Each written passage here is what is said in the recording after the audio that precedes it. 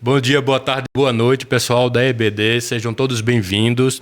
Hoje, na nossa aula, iremos discutir 2 lições e vai ser bastante corrido, mas será uma lição bem proveitosa porque iremos tratar de assuntos muito pertinentes, né? E hoje temos aqui a presença do professor Laércio novamente. Seja bem-vindo, professor Laércio. Obrigado, Graças Paz. Bom dia, boa tarde, boa noite. Prazer estar com vocês. Igor, professor Igor. É o bordão padronizado já. Agora é. A gente tem que começar a falar para os convidados, viu? Bom dia, boa tarde, boa noite, gente. Agora os convidados vão ter que falar, né? Mas sejam todos muito bem-vindos a mais uma aula. Vai ser uma bênção. E por mais que seja uma lição consideravelmente longa, né? Já que a gente vai juntar 2 lições, os irmãos vão perceber que os temas estão totalmente interligados. E a gente, ao longo dessa aula, nós vamos ver muito bem isso. Professor Arthur. Só para mudar um pouco, boa noite, boa tarde, bom dia, meus amados irmãos que nos acompanham em casa. A gente falou tanto aqui, né, professor Laércio, no back-office. Sempre tem alguém para tumultuar. Mas, de rapaz. fato, hoje o modelo que a gente vai estar aqui, que Samuel vai explicar, que a gente vai estar propondo, vai ser bem interativo. Apesar da lição ficar um pouco mais longa, né? Mas como vai ficar bem mais interativo, o pessoal não vai se sentir cansado. Amém. Como foi dito, serão 2 lições, a 14 e a 15, mas que, como o Igor falou, vai tratar de um tema só. A aula vai ser bem fluida e, como o Arthur falou, vai ser uma troca de conversa, não mais como as outras lições, mas uma conversa mais solta, em que todos vão poder interagir de forma única. E já antecipadamente agradecer a nossa equipe técnica pela presença e apoio e cooperação a todos, a vida de vocês, que Deus abençoe rica e abundantemente. Ó. Amém.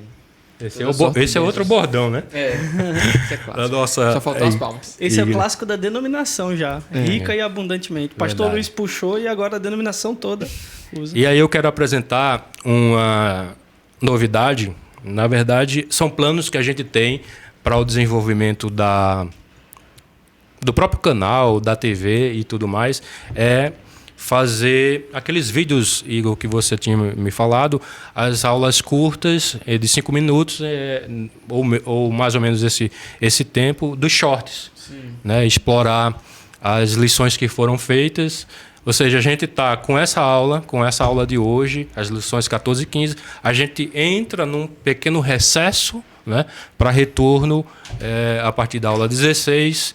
Então, a gente vai ter um tempo aí hábil para fazer esse tipo de trabalho e não ficar, de repente, sem postar nada durante esse período, porque aos domingos vai ter aquelas aulas, né? Que vão ser transmitidas ao vivo. Né, a série de mensagens e tudo mais. Então, assim, nesse período, o canal não pode ficar paralisado. Então, a gente vai contar aí com o Lucas e com outros... membros como colaboradores para fazer esse tipo de trabalho. Tem carteira assinada e tudo. Vai ser remunerado.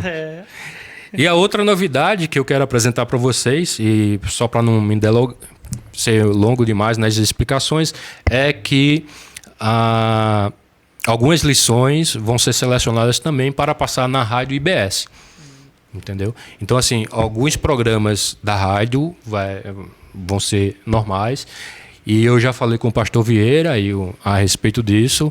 Uma das coisas é a gente trazer, eu não sei se 5 minutos, trazer as aulas de short ou se a aula inteira, mas que a gente tem esse trabalho desenvolvido. E se você não conhece a rádio IBS, a gente está deixando aqui embaixo na descrição o link para acessar a rádio e você poder acompanhar.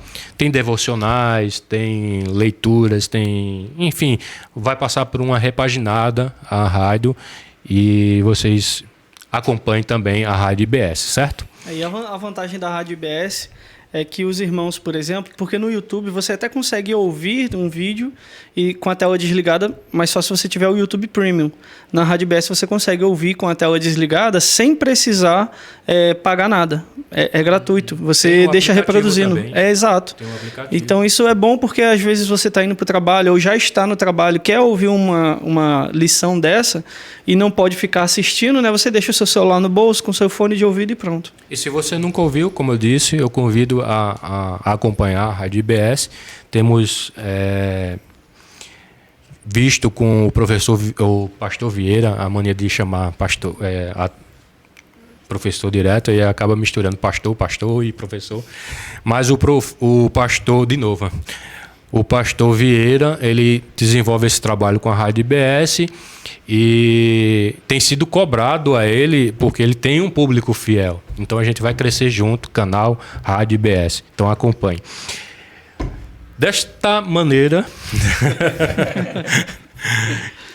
o professor Igor irá fazer a leitura já proposta. Como são 2 lições, são 2 leituras, mas que ligam-se para a nossa explanação. E depois o professor Arthur faz a oração. Amém. Eu vou ler o capítulo 7, né? As lições juntas, elas seriam os 28 versículos do capítulo 7.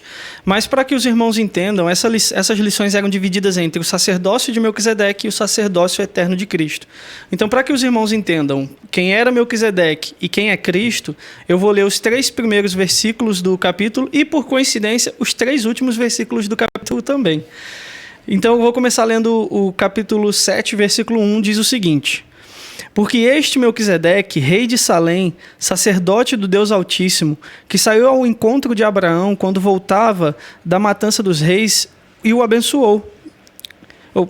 Quando voltava da matança dos reis e o abençoou, para o qual também Abraão separou o dízimo de tudo. Primeiramente se interpreta rei de justiça, depois também é rei de Salém, ou seja, rei de paz. Sem pai, sem mãe, sem genealogia, que não teve princípio de dias nem fim de existência. Entretanto, feito semelhante ao Filho de Deus, permanece sacerdote perpetuamente. E aí nós vamos pular direto para o versículo 26 do capítulo 7, que diz assim: Com efeito, nos convinha um sumo sacerdote como este, santo, inculpável, sem mácula, separado dos pecadores e feito mais alto do que os céus, porque não tem necessidade, como os sumos sacerdotes, de oferecer todos os dias sacrifícios, primeiro por seus próprios pecados, depois pelos do povo. Porque fez isto uma vez por todas, quando a si mesmo se ofereceu. Porque a lei constitui sumos sacerdotes a homens sujeitos a fraquezas, mas a palavra do juramento que foi posterior à lei constitui o Filho perfeito para sempre. Amém. O professor Arthur, oração. Oremos. Soberano eterno Deus, te agradecemos por mais uma aula da EBD, por esse encerramento do nosso semestre, que seja mais uma aula proveitosa, mais uma aula onde a tua soberana palavra seja pregada em espírito e em verdade, que o Senhor, através da sua poderosa mão, do Espírito Santo, esteja nos conduzindo, ó Deus, para ensinar aquilo que da tua parte tu quer que os ouvintes escutem, Deus. Que o teu nome seja louvado, seja engrandecido e exaltado através desse podcast, no nome do teu Filho amado Jesus. Amém. Amém. Eu já começo com uma pergunta aí, Igor. Onde é que fica Salém? Isso é boa. Eu não faço a menor ideia. Eu conheço uma lojinha ali no centro que se chama Salém. Mas falando sobre Salém, né? É um local ali, se não me falha a memória, próximo a onde os filisteus ficavam, né? Os filisteus moravam. A nossa lição, o roteiro da nossa lição fala justamente, está localizada, segundo estudiosos, em Canaã, nas proximidades de Siquém, onde Abraão estabeleceu sua moradia. É provavelmente citada em Gênesis capítulo 33, 18, e alguns a identificam como a cidade Jebus, que foi conquistada pelo rei Davi, e recebendo depois disso o nome Jerusalém, né? Salém. Porém, esta versão ainda carece de mais informações, né? Mas o importante não é o local em si, professor Laércio. Acredito que não vai fechar esse assunto em relação a Salém, mas acredito que o nosso coração quer acreditar que, de fato, é Jerusalém. Alguns vão até colocar que essa figura enigmática que vai ser agora explorada pelo autor de Hebreus, o Melquisedeque, ele seria até uma própria teofania do próprio Cristo, então tem esses tipos de defesas em relação a ele, mas em si a tese do autor ela não vai pairar por esse ponto. Na verdade, ele vai retomar um assunto que ele iniciou em 4:14, né? E se deu introduzindo o grande sumo sacerdote da ordem de Melquisedeque, o próprio Jesus Cristo. Ele dá uma parada naquilo, né, para que ele pudesse falar sobre a necessidade dos irmãos receberem alimento sólido ao invés de estarem recebendo leite, porque aquilo estava prejudicando ele trazer alguns assuntos mais difíceis, assim como ele coloca aqui em Hebreus 5:11. A esse respeito, ou seja, o sacerdócio de Cristo pela ordem de Melquisedeque, temos muitas coisas que dizer e difíceis de explicar, porquanto vos tende tornado tardios em ouvir. Então, esse tema realmente ele é um pouco complexo. O fluxo do pensamento do autor, ele tem vários pontos a serem tocados, é uma construção de um raciocínio, e ela talvez para nós hoje seja um pouco mais simples, mas para um judeu nem tanto.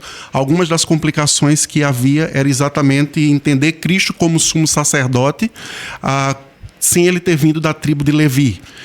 Outra coisa, o próprio autor de Hebreus, ele já trabalhou nos capítulos iniciais, quando defendia que Cristo era maior do que os anjos, utilizando aquele texto, né? Tu és meu filho, hoje te gerei, que Cristo ele é também da descendência de Davi. Então ele defende ele como filho, como rei, e os judeus eles não conseguiam assimilar essa ideia de existir um rei sacerdote. Inclusive, na própria história do Antigo Testamento, aquele rei que tentou fazer obras de um sacerdote acabou sendo fulminado, né? Perdeu o seu reinado, e que é o Saul, né? Então, eles não tinham essa concepção. Peraí, você já apresentou Jesus Cristo como rei, nós entendemos. Ele é da linhagem de Davi. Agora você está nos apresentando ele como sumo sacerdote. E Melquisedeque? Quem é esse Melquisedeque? Por que, se ele vier dessa a ordem de Melquisedeque, ele pode ser superior ao sacerdócio que já vinha presente dentro da nossa religião judaica? E isso vai ser discorrido agora no capítulo 7, né? É interessante também, como o professor Hertz falou na aula passada, né? Que aqui no final do capítulo 6 e aqui no capítulo 7 também, o autor está contrapondo aqui dois tipos de aliança, né? Ele está mostrando a aliança em Abraão, a aliança que prevaleceu no Antigo Testamento, e a aliança em Cristo Jesus. Não, exatamente. E é interessante a gente já começar a falar sobre quem é Melquisedeque a partir de um ponto principal. Nós conhecemos Abraão como o pai da fé, como sendo, vamos dizer assim, o primeiro homem a demonstrar essa fé em Deus. E ele deu o dízimo a Melquisedeque, e Melquisedeque abençoou a Abraão. Aí você pensa, se o cara recebeu o dízimo que é considerado o pai da fé, o cara que Deus chamou de amigo, porque Deus tem um texto, não me lembro agora exatamente do texto, mas tem um texto na Bíblia que fala que Deus ele aponta para Abraão e diz, este é meu amigo. Ele chama Abraão de amigo, e mesmo assim Abraão foi lá e deu o dízimo a Melquisedeque. E pior, Melquisedeque vem de um povo, era rei de um povo, e vinha do meio desse povo em que Deus manda que o seu povo não se junte a ele. Não o Melquisedeque em si, mas o povo cananeu. Né? Porque quando eles chegam à terra de Canaã, o que Deus diz ao povo? Não se misturem com eles. E aí, só para terminar o raciocínio aqui. E aí você vê, tanto é que Melquisedeque, quando vai falar com Abraão, ele se refere a Deus como El Elyon, que é como o povo dele chamava Deus. E Abraão, segundo Don Richardson fala no livro Fator Melquisedeque, Abraão ele aceita a visão de que ele tem um outro nome para Deus, mas ele segue o mesmo Deus que eu. Eu sei que ele é sacerdote do Deus Altíssimo. Então ele reconhece isso, mas mesmo assim a gente continua pensando, quem é Melquisedeque? Né? Como o professor Laes falou, existem alguns que acreditam que é uma teofania de Deus. E aí a gente para pensar exatamente no livro de Hebreus. Ninguém sabe quem é o autor do livro de Hebreus, apesar de Arthur já bater o martelo que foi Paulo. Mas ninguém sabe a autoria do livro de Hebreus. E aqui ele cita um cara que também ninguém sabe quem é. E o autor deixa bem claro, né, que é sem pai, sem mãe, sem genealogia, ou seja, um total desconhecido e que surge na história de Abraão de uma forma, né, inesperada, digamos assim, totalmente desconhecido ali, e ele vai prestar, justamente dar o dízimo a esse rei e sacerdote do Deus Altíssimo, né? Eu acho que um ponto que não vai ter muita coisa a ver, mas a gente já falou tanto a posição de Arthur que os irmãos vão acabar acreditando que foi Paulo, né? Fale uma mentira muitas vezes. Não, o interessante é que, falando nesse assunto da questão da autoria, eu acho que foi tua mãe que fez um comentário. Os comentários que estão vindo embaixo, né, tem me ajudado bastante ao esclarecimento. E aí eu retiro aqueles comentários, o comentário em si, de Matthew Henry, né, ele é da linha de que é o apóstolo. Então eu tenho o cuidado de tirar a parte em que ele fala o apóstolo, né? Lutero, então, aqui no comentário dele, cita várias vezes o apóstolo Paulo. Mas agora, acho que esse comentário de Lutero ele é mais no início da vida, né? Porque ele termina dizendo que foi Paulo, né? Que foi Apolo que escreveu, né? Foi. Ele muda de opinião depois. Herege demais. Vamos lá, eu acho que para a gente conhecer Melquisedeque, eu acho que a gente vai ter que ir a 2 textos do Antigo Testamento. Hebreus é o 3º texto. Os 2 textos que citam Melquisedeque e tentar entender como é que o autor de Hebreus ele pega esses textos e constrói aí o seu argumento. Então, o primeiro texto ele está em Gênesis 14, do 18 ao 20, onde a gente consegue tirar aqui algumas características de Melquisedeque, né? Algumas a gente já falou, outras a gente precisa ressaltar aqui. Então, Gênesis 14, 18 diz: Melquisedeque, rei de Salém, trouxe pão e vinho. Era sacerdote do Deus Altíssimo. Abençoou ele a Abrão e disse: Bendito seja Abrão pelo Deus Altíssimo, que possui os céus e a terra. E bendito seja o Deus Altíssimo, que entregou os teus adversários nas tuas mãos. E de tudo lhe deu Abrão o dízimo. Então, essa é a primeira passagem que vai tocar aí sobre esse personagem enigmático. E aqui algumas características que a gente já citou. Ele veio de Salém, que a gente não sabe se realmente era Jerusalém, mas muitos acreditam que é realmente Jerusalém. Não acredito realmente que seja uma teofania de Cristo, até porque Hebreus não vai tratar assim. Vocês vão perceber que Hebreus capítulo 7 vai falar que ele é semelhante e não que eram a mesma pessoa, né? Mas ele também diz algumas outras coisas importantes. Percebam, ele trouxe pão e vinho e ele era sacerdote. Primeiro fala Melquisedeque rei e depois ele diz que era sacerdote. Então ele era um rei e sacerdote, né? Então isso é uma questão que vai ser fundamental para o fluxo de pensamento do autor de Hebreus, né? Um outro ponto sobre a singularidade do Deus Altíssimo, no qual ele era sacerdote. Então, de forma similar à fé de Abrão, que era monoteísta, por mais que ele estava vindo da região de Canaã, ele também se apresenta como um monoteísta, né? E aí nos ressalta o pensamento de que ele também conhecia a revelação do Deus monoteísta e o próprio Deus de Abrão. Abrão talvez tenha essa singularidade e essa proximidade com Melquisedeque exatamente por causa disso, porque vocês vão perceber nesse contexto que o rei de Sodoma ele faz uma proposta a Abrão no qual Abrão rejeita, mas já com Melquisedeque ele tem uma proximidade, né? E ele acaba lhe dando o dízimo. É interessante até, professor, rapidinho para mencionar, o texto diz que ele era um sacerdote do Rei Altíssimo, ele não disse que era o sacerdote do Rei Altíssimo, né? O que dá a entender que possivelmente poderiam haver outros sacerdotes. Inclusive aqui sendo um termo utilizado antes de Arão, né? A primeira vez que o termo sacerdote aparece na Bíblia, salvo engano, é aqui em Gênesis capítulo 12, se referindo a Melquisedeque. O outro texto, você falou que tinha o texto de Gênesis e, se eu não me engano, o outro texto é Salmos 110. Salmo 110, versículo 4. Né? Na verdade, esse salmo aí, não apenas esse versículo, mas ele é o salmo mais citado no Novo Testamento. Várias passagens aí de Salmo 110, ela é citada.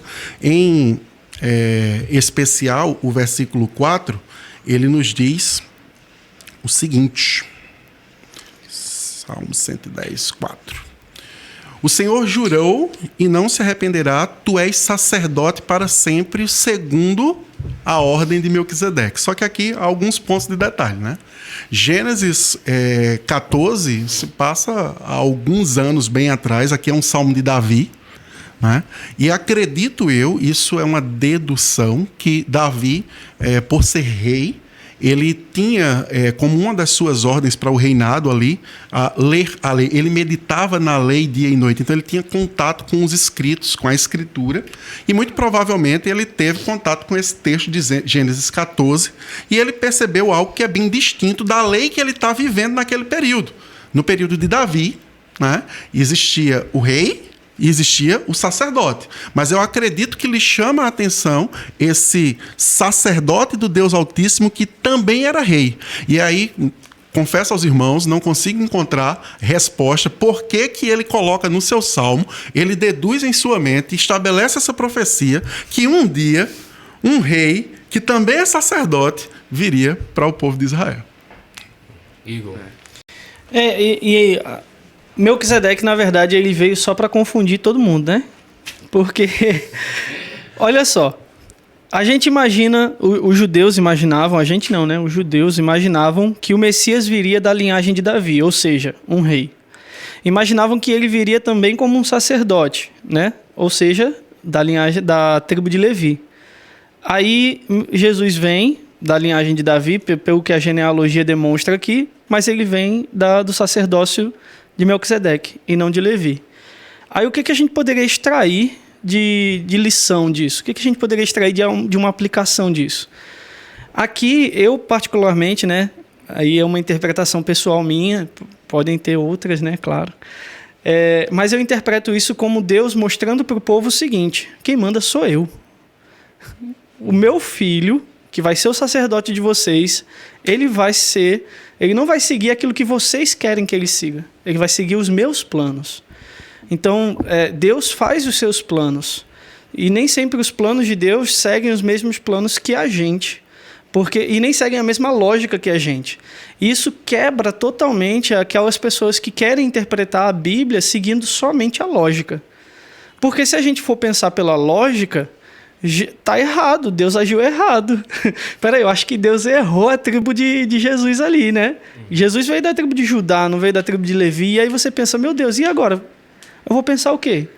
Eu já vi gente polemizando, inclusive, por exemplo, porque em Mateus, quando cita a genealogia de Jesus, cita Raabe como sendo da genealogia de Jesus.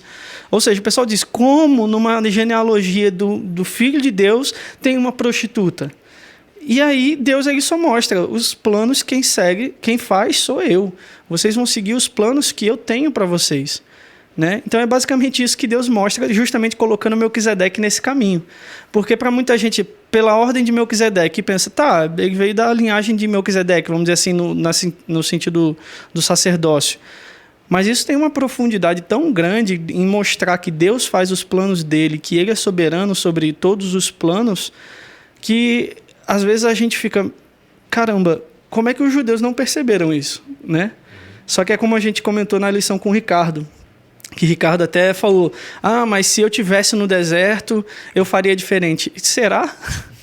Se eu fosse judeu naquela época, eu acreditaria que Jesus era o Messias. Será? Entende? Então é por isso que eu digo, Melquisedeque ele veio para confundir mesmo. Eu não sei se o professor Laércio vai concordar, mas o autor... Se não concordar, eu digo, viu? Pode dizer. E a gente está aqui para ouvir mesmo a discordância e aprender. Né? Que, como foi dito até na aula a última aula que o professor participou, a gente que ensina tem esse privilégio de ensinar e estar aprendendo, né? Então, assim, a gente está aqui realmente para descobrir e aprender. A gente não sabe de tudo, nós não sabemos de tudo, e a pergunta, ou na verdade o posicionamento é, o autor, por que de repente essa figura enigmática aparece na carta, e qual seria a finalidade em si, o fim que ele chega. Então ele está construindo um argumento, ele vem de um argumento claro, de superioridade de Cristo, e ele precisava provar na história, né, do povo de Israel, mostrando essa figura, e que nessa figura, fora de toda essa linhagem e de toda essa construção da lei judaica e de uma simbologia, né, do sacerdócio, do levítico e tudo mais, que o pai que representava a autoridade, o pai da fé, Abraão, que representava justamente essa figura máxima, em que, vamos dizer assim, de veneração, o autor traz, olha, essa pessoa, né, deu dízimo a Melquisedeque, né? E aí, fora da questão da teofania, ou da manifestação da teofania, é que não é uma figura só enigmática ou superior ao Abraão, mas é que essa pessoa seria uma figura justamente de Cristo por ser um sacerdote, rei, né? E sem uma genealogia, ou seja, não tem naturalmente, digamos assim, princípio, né? E Cristo, no caso, não tem princípio nem fim. Professor Arthur, professor Lécio. Concorda ou discorda?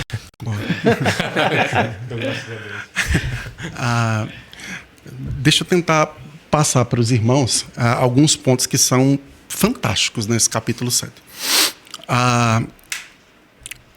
Ele, na verdade, ele retomou um argumento que ele começou a construir em Hebreus capítulo 4, versículo 14.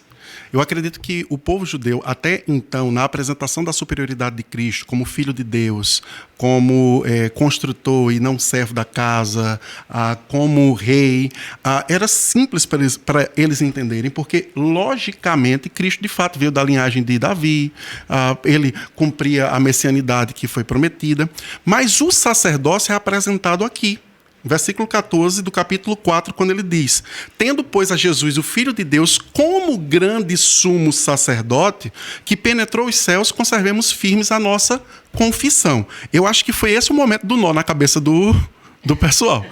Espera aí, calma. Autor de Hebreus? Não, Paulo. Autor de Hebreus. Como assim, grande sumo sacerdote?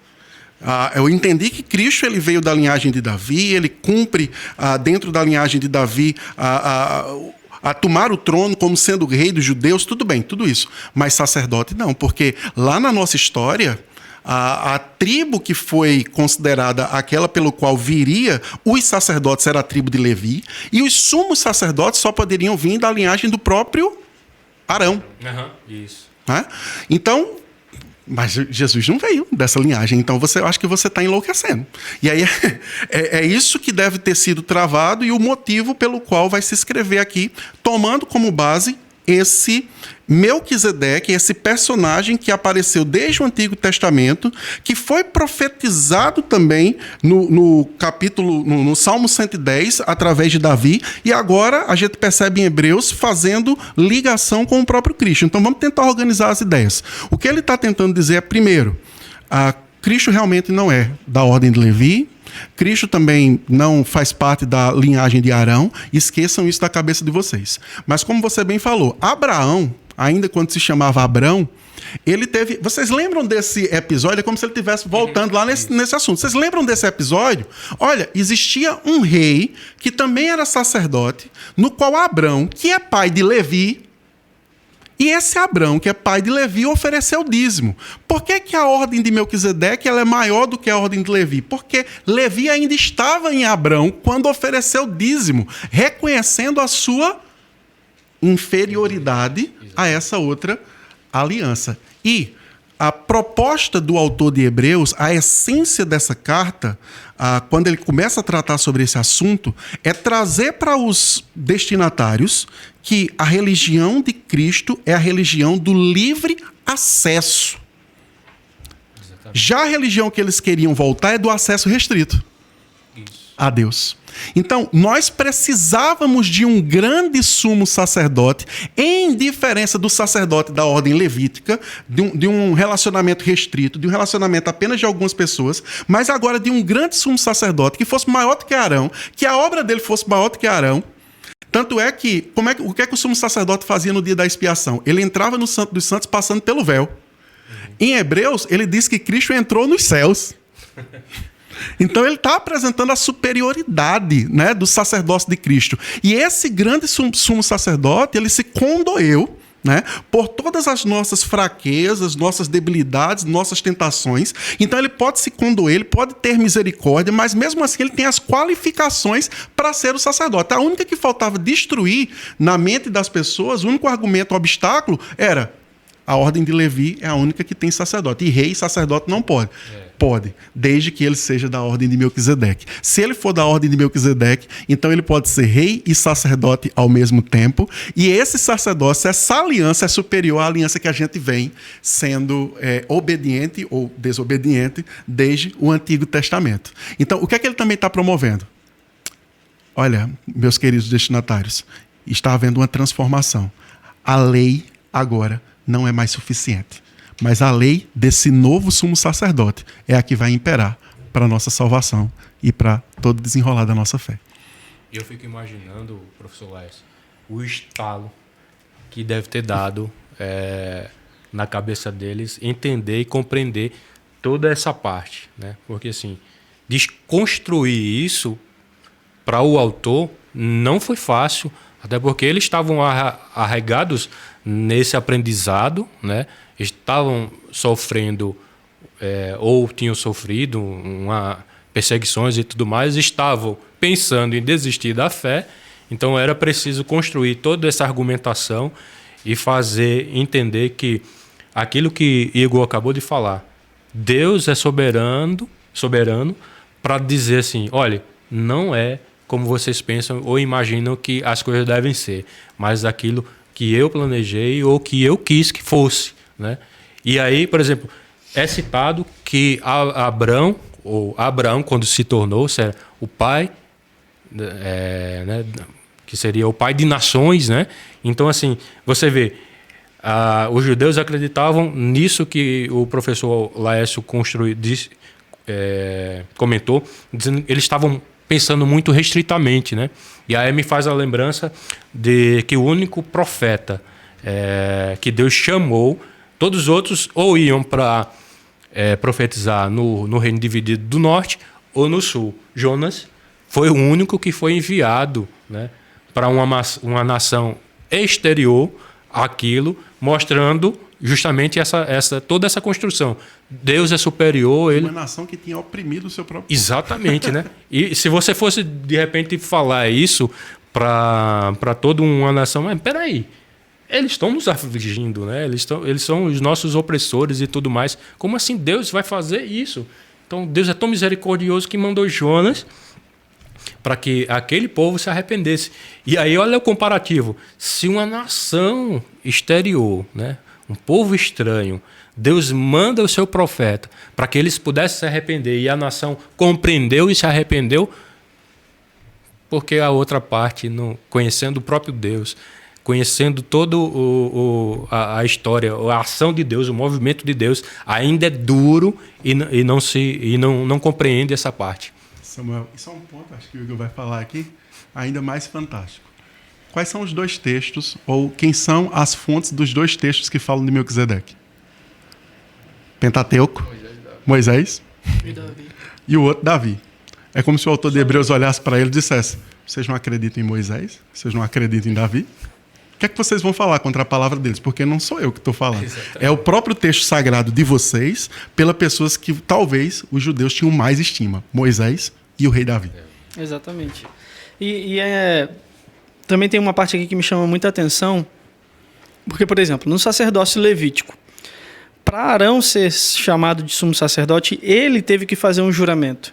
E as pessoas que confiaram nele também. Então eles fizeram um juramento entre os homens ali, né, para que ele fosse considerado esse sumo sacerdote.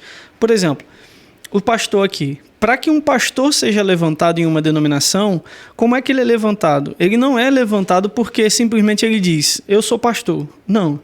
A igreja tem que reconhecê-lo como pastor, a liderança dele tem que reconhecê-lo com esse chamado, e é claro, ele também precisa reconhecer o próprio chamado. Só que aqui, no versículo 20, ele diz o seguinte sobre Cristo, né, sobre o sacerdócio de Cristo. E visto que não é sem prestar juramento, porque aqueles sem juramento são feitos sacerdotes, mas este com juramento por aquele que lhe disse. E aí cita o salmo que o professor Laércio trouxe, Salmo 110, versículo 4. O Senhor jurou e não se arrependerá, tu és sacerdote para sempre, sempre.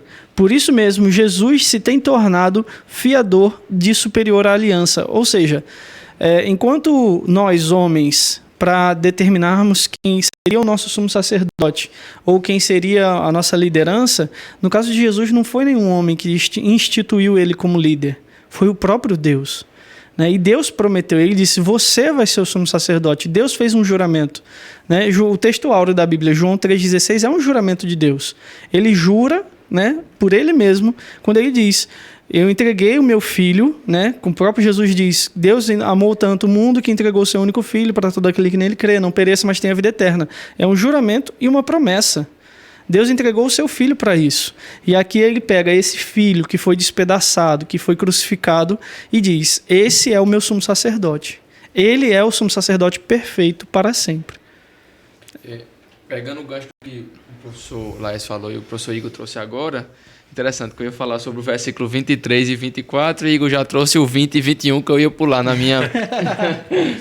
na minha fala, é que lembrando que o professor Lécio vinha comentando o contexto desse povo, o povo estava sofrendo perseguição, que queria retroceder para o que eles já conheciam, e aí o autor traz a eles como Cristo era superior às figuras que eles já conheciam no Antigo Testamento, conversa com eles sobre um descanso, fala para eles sobre um descanso que é não somente na eternidade, de uma vez por todas, mas também um descanso que nós já conseguimos começar a desfrutar aqui na terra em Cristo Jesus, algo que a gente também até comenta na aula passada que o professor lá estava, sobre os relacionamentos, como em Cristo a gente já começa a desfrutar através da palavra de Deus sobre melhoras na nossa vida terrena, e o autor vai dizer, ora, aqueles são feitos sacerdotes em maior número, porque são impedidos pela morte de continuar, isto é, eles são finitos.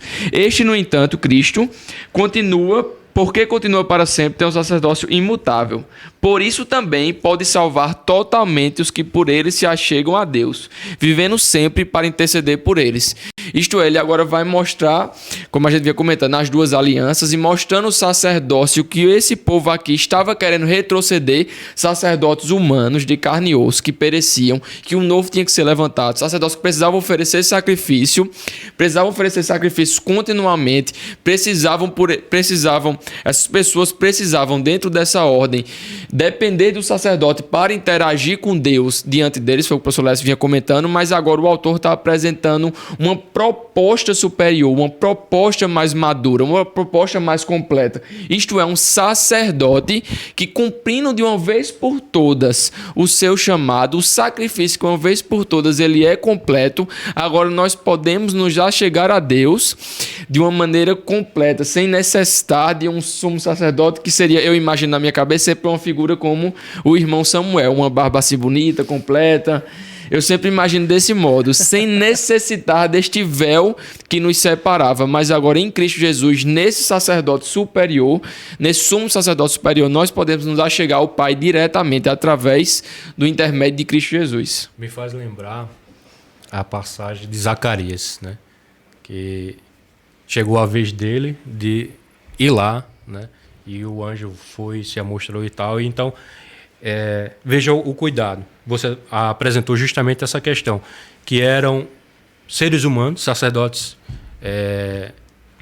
cheios de pecados, mas que antes tinham que se consagrar para poder entrar. Então, eles depositavam, e você falou uma palavra que é chave, eles dependiam exatamente desse sumo sacerdote estar com a vida alinhada, impecável para poder entrar. E aí entra o questionamento, o apontamento que eu estou suscitando aqui, que era se ele não conseguisse fazer aquela ação, aquele procedimento, o que era do povo, o que esperar, o que aconteceria após isso. Era uma situação que era inimaginável para eles. Não acontece com Cristo. A gente tem a segurança total que o que ele se ofereceu. Por ele se oferecer, a gente tem justamente uma segurança eterna. A gente não precisa ficar preocupado. Não, ali o serviço dele foi completo e satisfatório, não é? Diferente de tudo isso que você apontou aí. Ou seja, é imutável, foi uma única vez e resolveu de uma vez por toda essa situação para a gente garantir a nossa salvação. Muito bom. O que percebo também é que o sacerdócio de Cristo, ele supera... Vamos colocar dois aspectos no qual ele supera Arão e qualquer outro sumo sacerdote. Ele supera Arão como pessoa. Ele é o filho de Deus. Arão é uma criatura de Deus. Cristo é o filho de Deus. E talvez aquilo que possa vir ao coração do homem que está desesperadamente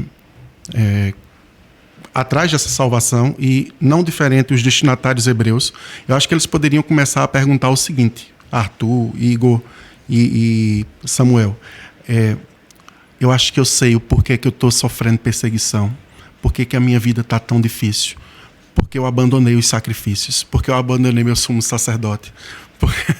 Né? Eu acho que isso poderia passar na cabeça deles. E é esse o desejo de retornar para uma segurança, novamente, eu voltar até aquela segurança que eu desfrutava enquanto eu não tinha aceito esse Cristo. Mas o autor de Hebreus, ele mostra a superioridade de Cristo como pessoa, e aí talvez ainda possa suscitar no coração: tá bom, mas se ele é tão exaltado, por que é que ele vai se importar com a gente? Aí ele mostra também a figura humana de Cristo, transformando-se, né? Lições anteriores aí vão falar que ele vai se transformar em autor e consumador da nossa salvação, exatamente porque ele assumiu o lado divino, mas ele também assumiu o lado humano, sentiu as nossas fraquezas, sentiu as nossas tentações e se transformou no grande sumo sacerdote, ou no perfeito sumo sacerdote. Uma coisa que você colocou como característica foi que esse homem era separado, né? O sumo sacerdote levítico, ele era separado do povo, tinha todo aquele cuidado, tudo isso. Mas quando ele entrava no Santo dos Santos, o que é que ele fazia? Oferecia pecado por quem? Oferecia sacrifício por quem? Por ele e pelo povo. Por que é que ele oferecia por ele? Porque por mais que ele se separasse, ele continuava imperfeito. Sim. Então Cristo, ele é superior como pessoa, mas é superior também na sua obra. Ele é o sumo sacerdote perfeito, porque quando ele rasga os céus, ele entra na presença de Deus, ele oferece ele como sumo sacerdote, ele oferece ele como sacrifício perfeito e seu sangue, ele consegue interceder junto ao Deus com autoridade. O sumo sacerdote, ele pedia. Cristo, através da sua obra perfeita, Cristo pode exigir a salvação. Ele tem o direito firmado em si, por isso que ele se torna a causa, o autor e consumador da nossa salvação. Então, isso, para um povo que estava tentado, de fato, a voltar ao judaísmo, era perceber o que nesse momento, pelo menos de forma lógica, o que nesse momento estava se reduzindo à antiga lei. A nada. Você está procurando segurança, mas você não vai ter segurança retornando para essa antiga lei, porque essa antiga lei foi substituída pela lei do novo sumo sacerdote. A segurança agora está na lei dele e não na antiga lei que você depositava confiança. Professor Igor. Verdade. Eu fico fascinado de verdade mesmo com esse texto final, né, o que eu li no final do capítulo, né, que ele fala que ele, Cristo, né, é o sumo sacerdote santo, inculpável, sem mácula. E é justamente o que Laércio falou. Aqui ele fala que Cristo era separado dos pecadores e feito mais alto do que os céus, mas esse separado dos pecadores é diferente de ser separado dos pecados. Que, no caso, Arão não conseguia, né? Arão ele ficava separado dos pecadores, mas não do pecado. Cristo não. Cristo, ele se separa dos pecadores e também se separa dos pecados. A única união que Cristo tem com os pecados é quando ele é colocado numa cruz, né? Tanto é que a gente até falou em lições passadas também, que quando Cristo ele sobe naquela cruz e ele diz, Pai, por que me desamparaste? É porque ali ele não podia se fazer pecado se Deus compactuasse com aquele corpo em pecado, vamos dizer assim, né? Entre aspas. Porque ali ele se fez pecado por nós. Ali ele estava recebendo todos os pecados Exatamente. da humanidade. Porque ele não pecou ali, ele se fez pecado por nós. Então, por conta disso, ele, naquele momento, a gente poderia dizer que foi o único momento que ele, de fato, se uniu com o pecado, né? Mas não porque ele pecou, mas porque eles, nesse processo substitutivo, né? Ele nos substituiu ali naquela cruz, porque era para nós estarmos ali. Era para Arão estar naquela cruz, Davi, qualquer um de nós, seja os reis do passado, os sacerdotes do passado, ou seja a gente hoje em dia. Mas Cristo se fez pecado por nós. E hoje ele está nos altos céus. Porque eu já li em alguns textos que fala, por exemplo, quando o povo oferecia os seus sacrifícios, né, no Antigo Testamento para o sumo sacerdote, eles ofereciam um sacrifício hoje sabendo que eles já teriam que voltar depois para oferecer mais sacrifício. Sendo que hoje a gente não precisa oferecer sacrifícios, porque o sacrifício perfeito já foi oferecido. Eu não preciso oferecer o sacrifício, eu preciso ser esse sacrifício vivo, santo e agradável que Paulo ensina nas suas cartas. Porque Cristo ele já foi o sangue perfeito derramado. A gente não precisa mais derramar sangue. A gente só precisa obedecer tudo que a gente já falou nas lições até hoje. A gente precisa obedecer o que a palavra diz, a gente precisa seguir o que a palavra diz. E quando nós seguimos a Cristo, nós seguimos aquele sumo sacerdote que o povo seguia no Antigo Testamento como alguém que traria o perdão dos seus pecados temporariamente.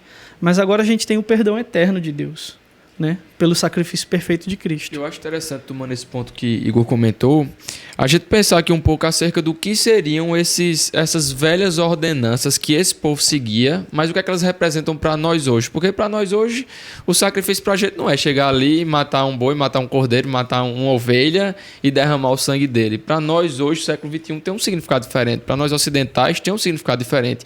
O que seria então para nós, para o pessoal que está em casa, o que seriam esses sacrifícios? Como é que nós deixamos de confiar no sacrifício de Cristo e passamos a substituir o sacrifício dele por sacrifícios que nós mesmos tentamos fazer?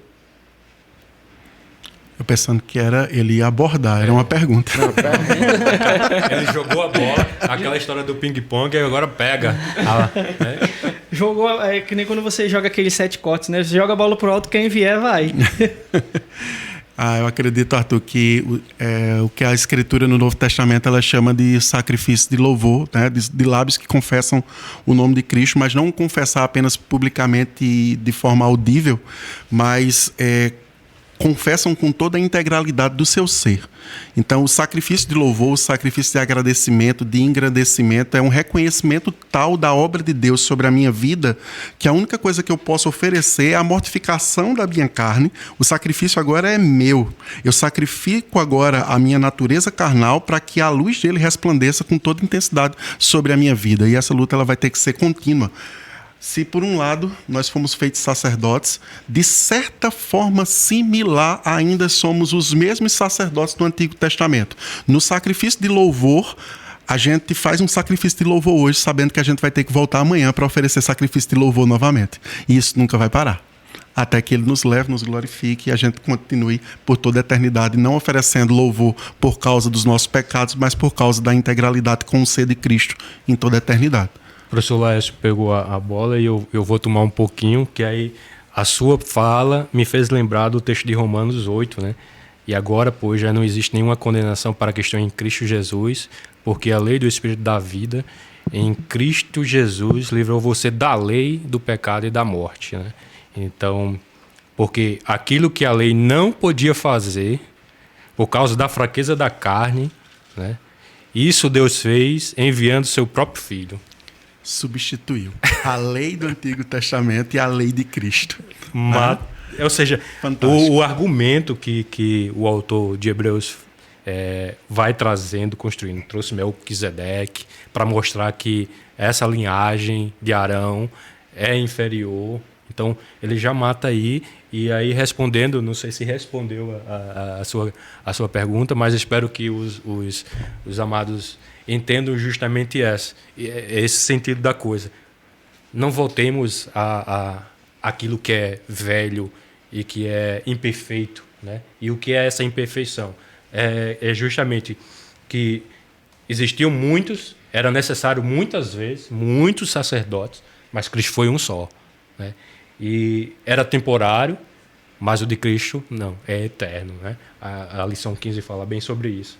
Os pecadores tinham que oferecer sacrifício por seus próprios pecados. Aí Jesus Cristo, santo e inculpável, sem mácula, separado, né, dos pecadores, tinham de sacrificar todos os dias. O sacrifício de Cristo foi uma vez por todas, né? Ofereciam animais como sacrifício. Cristo se ofereceu a si mesmo. Entravam no santuário através de uma tenda feita, aquilo que o professor Laércio apresentou. Cristo entrou no véu dos céus.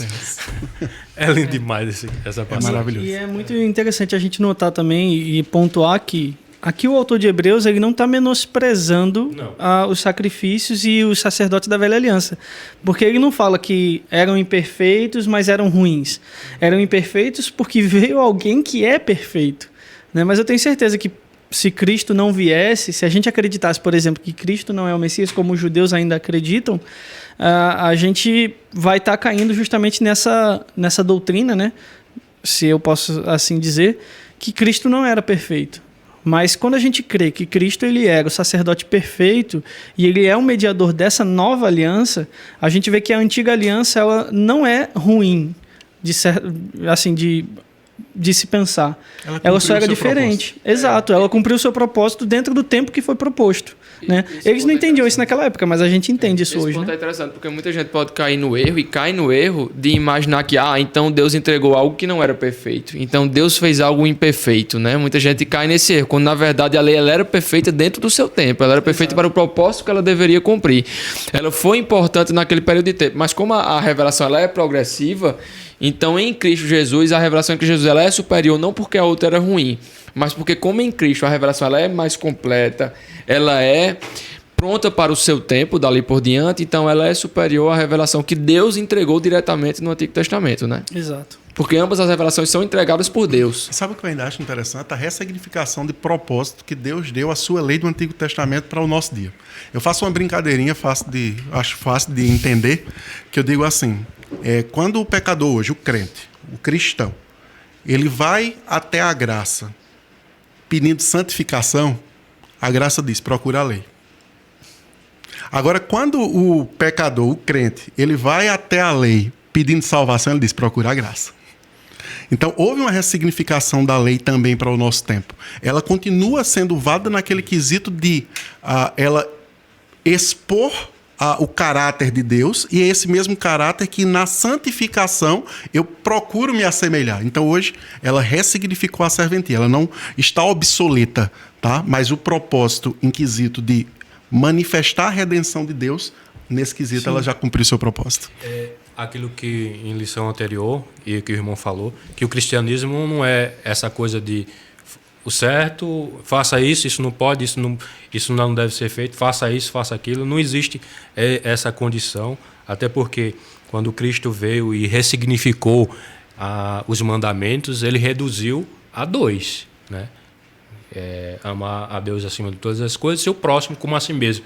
Então, a lei ela não foi abolida, mas ela foi justamente explicada em minúcias, né? em detalhes, digamos assim. Porque quando amar a Deus, aí, não adultere, não mate, não faça isso, tudo isso é ressignificado na perfeição, né?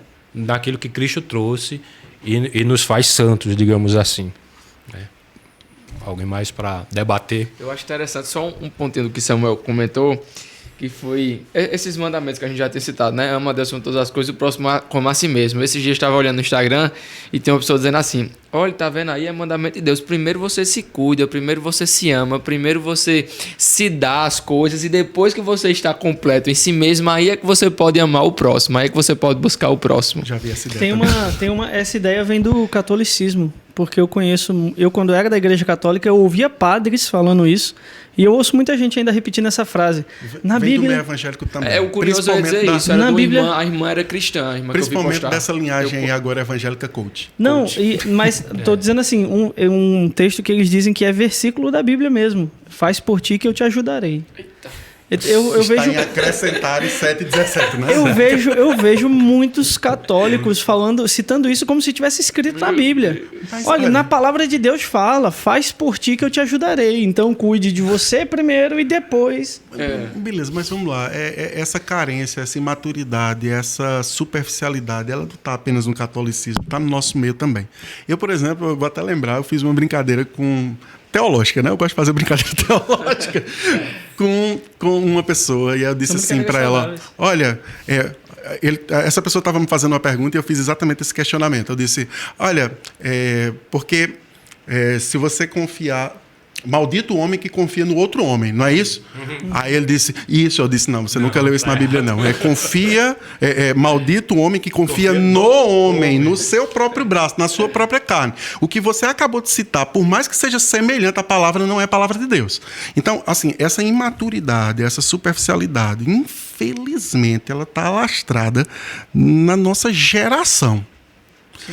Se você perceber, aí trazendo até pelo aspecto não religioso, para o aspecto social, gente, até em quesitos profissionais, a gente percebe que as pessoas são superficiais naquilo que elas dizem ser especialistas. Por quê? Porque a gente se tornou uma geração que confunde informação, isso a gente tem demais, com sabedoria. Né? Então, isso está muito, muito forte dentro da nossa geração e não é prerrogativa só dos católicos, não. Eu tenho os cultos hoje em dia, né? Você é os pontos Você precisa se amar primeiro, né, Arthur? Para depois amar o outro, né? Eu já percebo de outra forma, né? Amarás a teu Deus e amarás o próximo. Eu acho que Deus está querendo me manter longe de me amar a mim mesmo. Amar a Deus e ao próximo. E eu, Deus? Se mantenha longe. Se mantenha longe disso. Fraco de Deus. Estamos bem avançado, mas a gente conseguiu trazer justamente esses pontos de Cristo ser superior justamente ao sumo sacerdote, a linhagem levítica, e trouxe um pouco também da questão do sacerdote de Cristo ser eterno, perfeito e imutável, né? E aí, já devido a nosso avanço de horário, eu queria que o professor Laércio desse as palavras finais e aí a gente completa dando também as nossas considerações. Eu considero que, sobre tudo que a gente tratou no capítulo 7, eu acho que mais se alinha com a nossa realidade quando a gente percebe que, de fato, nós temos um grande sumo sacerdote que sentiu nossas fraquezas, sentiu nossas tentações de forma muito mais severa do que nós sentimos hoje. Aí algumas pessoas até me perguntam assim: Samuel, como assim? Cristo ele sofreu só naquele momento da Via Crucis. Você concorda comigo? É uma pergunta bem simples aqui para a gente finalizar. Falando sobre tentações, a gente é tentado todos os dias, não é isso? Aí como cristão a gente tenta resistir, e daqui a pouco a gente cai. Cristo, ele sofreu as mesmas tentações. O autor de Hebreus ele vai dizer que ele sofreu as mesmas. Só que quem é mais forte? Quem é mais tentado? Aquele que resiste e cai? Ou aquele que resiste e nunca cai? A tentação em Cristo, para que ele se transformasse nesse autor e consumador da salvação, ela foi enormemente superior a qualquer tentação. E é por isso que nós encontramos mediação, sacerdócio, nesse grande sumo sacerdote. Ele pode se condoer pelas nossas debilidades, porque ele sabe qual é a intensidade da dificuldade da gente, como ser humano, falho, pecador, com natureza pecaminosa, servir a um Deus que nossa consciência já absolveu, nosso coração já o deseja, mas muitas vezes a nossa carne não consegue cumprir aquilo que a gente realmente quer que seja feito. Então, que bom que a gente pode se achegar a esse grande sumo sacerdote. Que bom que há uma nova lei da graça, do trono de graça, e não apenas o trono de juízo, que era o trono da lei passada. Suas palavras me fez lembrar justamente o momento em que ele sobe com os seus discípulos para o Monte das Oliveiras e lá, em oração, né? Em oração, o anjo veio confortá-lo, mas em um momento, em sua oração, o seu suor se tornou em gotas de sangue, né? Então, assim, para você imaginar o nível de sofrimento que ele estava imaginando ali, naquele momento, e que ele, no final de tudo, mesmo vendo toda aquela situação que ele iria passar, o anjo lhe confortando, ele diz: passa de mim esse cálice, mas não faça a minha vontade, faça a tua vontade. Igor. Eu queria encerrar apontando para, de fato, aquele que é o autor e consumador da nossa fé, que o próprio texto de Hebreus diz. Né? Porque no capítulo 12 diz: na vossa luta contra o pecado você ainda não tem resistido até o sangue. Quando ele fala resistido até o sangue, não é resistido até você se cortar ou você se ferir, não. É até a morte mesmo. Nós ainda não resistimos ao ponto de resistir a algo que pode nos matar. A gente não consegue resistir a isso como Cristo resistiu.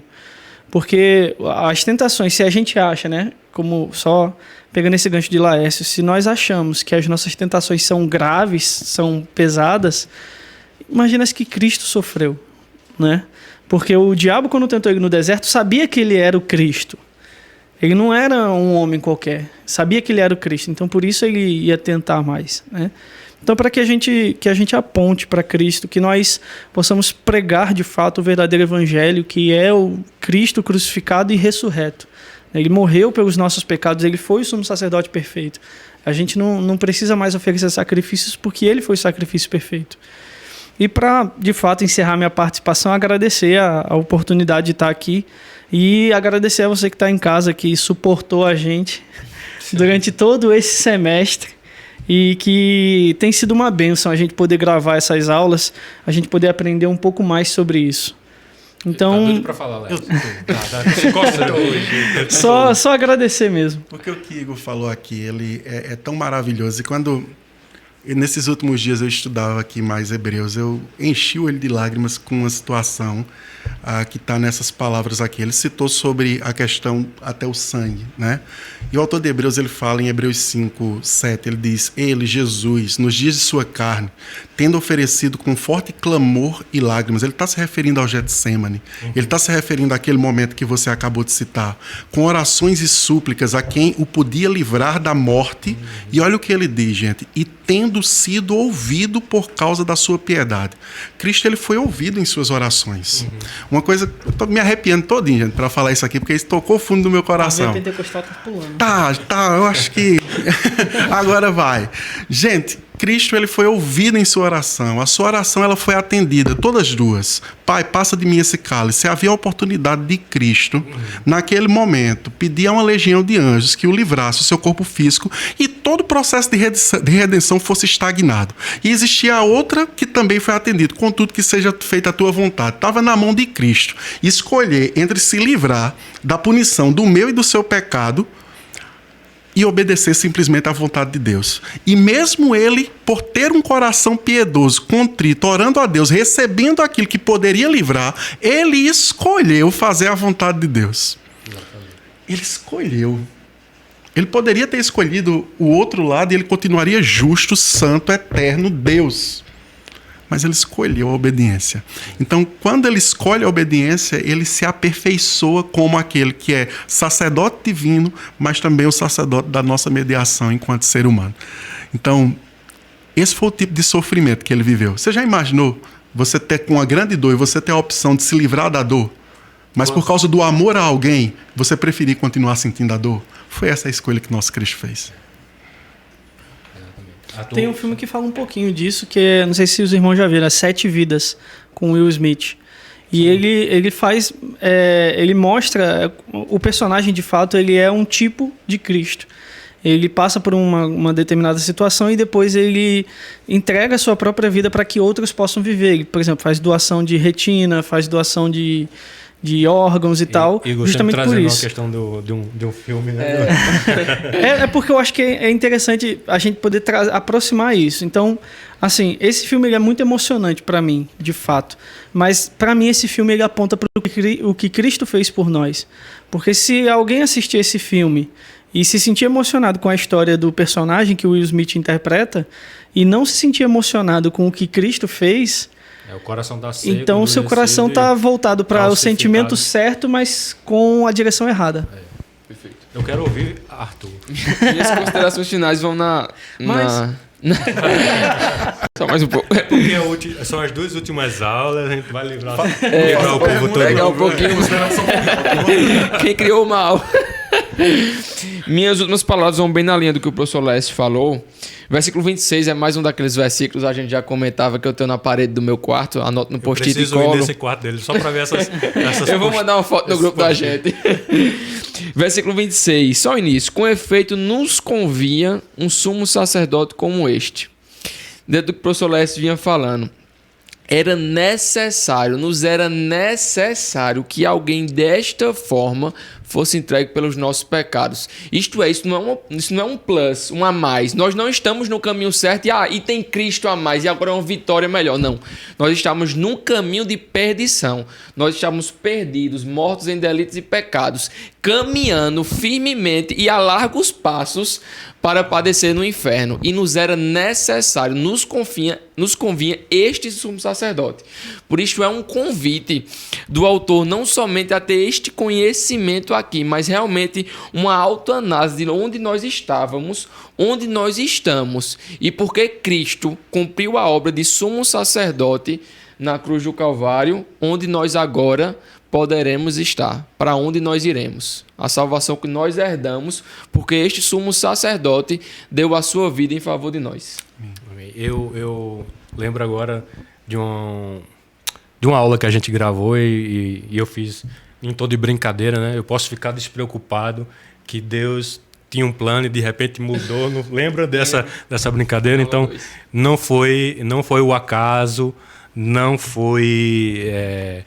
vamos dar o meu jeitinho aqui para... Adão pecou, vou dar meu jeitinho agora para consertar as coisas. Não é assim, então a gente sabe que estamos garantidos. Amados, eu quero agradecer demais a oportunidade de estar fechando o ciclo, né? Porque, na verdade, eu até comentei na aula que estava Arthur e Laércio, né, que estávamos começando... Laércio foi o primeiro professor convidado e Arthur o segundo.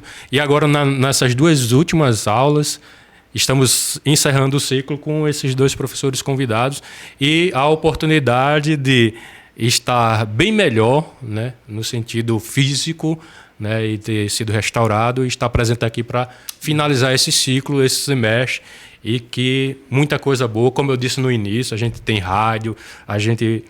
vai ter muita novidade, eu fico ansioso só para dizer. Essa logo aqui vai ser explicada finalmente. Sim, muita coisa vai acontecer e é para a honra e a glória do Senhor. Amém. E eu quero convidar a todos vocês a ficarem atentos e ligados nos próximos capítulos, né? Que Deus abençoe a cada um. Eu vou pedir para Igor fazer aquele merchan, né? Merchan direto. Sim. Sem ele a gente não fecha o programa. Deixa eu pegar aqui, ó. Deixa o seu like aqui na parte preta, que aí fica melhor para ver. Deixa o seu like aí, curte muito, compartilha. A gente tá com essa proposta de justamente fazer esses cortes, né, de vídeos mais curtos com alguns pedaços da lição para irmos postando, porque isso faz com que as pessoas se sintam atraídas para assistir, né? Então, curta, quando tiver os vídeos mais curtos, compartilha com o pessoal no WhatsApp, no Telegram, seja onde for, isso. O que estiver disponível, o que a justiça não bloquear, você compartilha à vontade, tá? Deus abençoe a vida de vocês e obrigado mais uma vez. Mais uma vez, comenta e curte. Pode orar. Eu vou deixar que o professor Laércio encerre com a oração final. Amém. Senhor nosso Deus, nós te amamos, Senhor. Nós te amamos porque a tua obra, Senhor, não tem comparação com qualquer obra humana. porque aquilo que tu vieste fazer na terra e cumpriste cabalmente, Senhor, nos deu a oportunidade, Senhor, de não apenas te adorar, mas de até mesmo respirar, Senhor. Nós queremos te dizer, Senhor, que a tua palavra revela de fato, Senhor, tudo que está dentro do nosso coração, que nós percebemos todas as nossas debilidades e fraquezas, mas, Senhor, como é bom que nós temos um grande sumo sacerdote que intercede por nós junto a Deus e podemos nos achegar confiadamente ao teu trono de graça, Senhor. Nos perdoa, Senhor, pelas nossas falhas, mas nos mantém vivos no teu corpo, na tua presença, e que podemos ser teus servos, Senhor, convictos, com convicções alicerçadas, enraizadas, maduros na fé, para a única e exclusiva glória do teu nome. É isso que nós te pedimos, é isso que nós agradecemos, no nome santo de Jesus. Amém. Que Deus abençoe. Nos vemos no próximo vídeo.